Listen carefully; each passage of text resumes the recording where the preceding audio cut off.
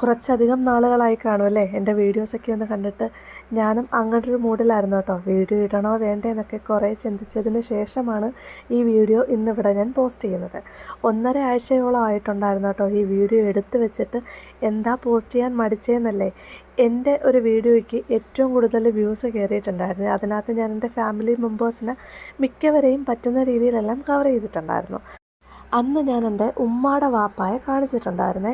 ഞങ്ങൾ വിളിക്കുന്നത് കൊട്ടിയത്താപ്പ എന്നാണ് കേട്ടോ. കൊട്ടിയത്താപ്പാക്ക് അന്ന് വയ്യാണ്ട് ഹോസ്പിറ്റലിൽ കിടക്കുമായിരുന്നു. ആ ഒരു വീഡിയോസാണ്, ആ ഒരു വിഷ്വലാണ് ഞാൻ കവർ ചെയ്തത്. അതിനുശേഷം പുള്ളി ഓക്കെയൊക്കെ ആയിരുന്നേ. പിന്നെ പെട്ടെന്ന് തന്നെ ഗ്യാസൊക്കെ കയറി വയ്യാണ്ടാവുകയും പെട്ടെന്നായിരുന്നു കേട്ടോ മരണപ്പെട്ടത്. ഇന്ന് മരണപ്പെട്ടിട്ട് ഒരു 4 ദിവസമാകുന്നു കേട്ടോ. അതുകൊണ്ട് തന്നെ വീഡിയോ എടുക്കണോ ഇടണോ എന്നൊന്നും എനിക്കറിയില്ലേ. കൊട്ടിത്താപ്പാന്ന് വെച്ച് കഴിഞ്ഞാൽ എൻ്റെ ഉമ്മാടെ വാപ്പാണ് കേട്ടോ. അതുകൊണ്ട് തന്നെ ആ ഒരു വീഡിയോ എടുക്കാനോ ഇടാനോ പറ്റിയൊരു മാനസികാവസ്ഥയിലൊന്നും ആയിരുന്നില്ല ഞാൻ. ഇന്ന് ഒന്ന് റിക്കവറായിട്ട് വരാണ് കേട്ടോ. കാര്യം വീഡിയോസ് ഇടണം. ഞാൻ യൂട്യൂബ് ചാനൽ തുടങ്ങിയത് തന്നെ വീഡിയോസ് പോസ്റ്റ് ചെയ്യാൻ വേണ്ടിയിട്ടാണ്. എൻ്റെ വീഡിയോസ് ചിലരെങ്കിലും പ്രതീക്ഷിച്ചിരിക്കുന്നു എന്ന് ഞാൻ വിശ്വസിക്കുന്നു കേട്ടോ. അവർക്കൊക്കെ വേണ്ടിയിട്ടാണ് ഈ വീഡിയോസ് ഇടുന്നത്.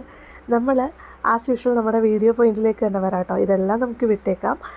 ഞങ്ങൾ ഇത് ഒരു പനി വന്നതിന് ശേഷം ഏസനെയും കൊണ്ട് മിക്ക ദിവസങ്ങളിലും ഹോസ്പിറ്റലിൽ പോയി വന്ന് നിൽക്കുകയായിരുന്നേ.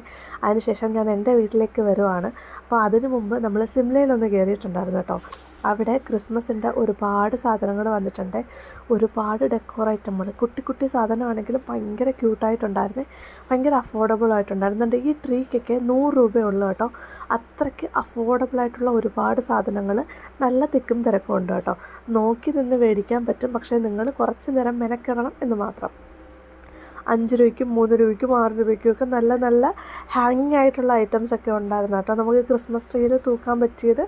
അങ്ങനെ കുറേ നേരം അവിടെയൊക്കെ നിന്നു. നമ്മളൊരു വെള്ളമൊക്കെ കുടിച്ചിട്ട് അവിടെ നിന്ന് ഇറങ്ങി കേട്ടോ. ഈ വീഡിയോ എടുക്കുന്ന സമയത്തെ നമ്മുടെ മൈലക്കാട് റോഡൊക്കെ ഇടിഞ്ഞ് വീണ്ട സമയമായിരുന്നേ. അതുകൊണ്ട് തന്നെ ബസ്സൊക്കെ വഴി തിരിച്ചാണ് കേട്ടോ വിട്ടേക്കുന്നത്.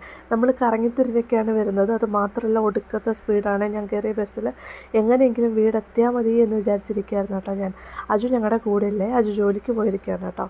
വീട്ടിൽ വന്ന ഉടനെ ചോറ് കഴിക്കാൻ മൂടില്ലാത്തത് കൊണ്ട് തന്നെ ചീനിയും മീനും ഞണ്ടും ഒക്കെയാണ് കേട്ടോ കഴിക്കുന്നത്.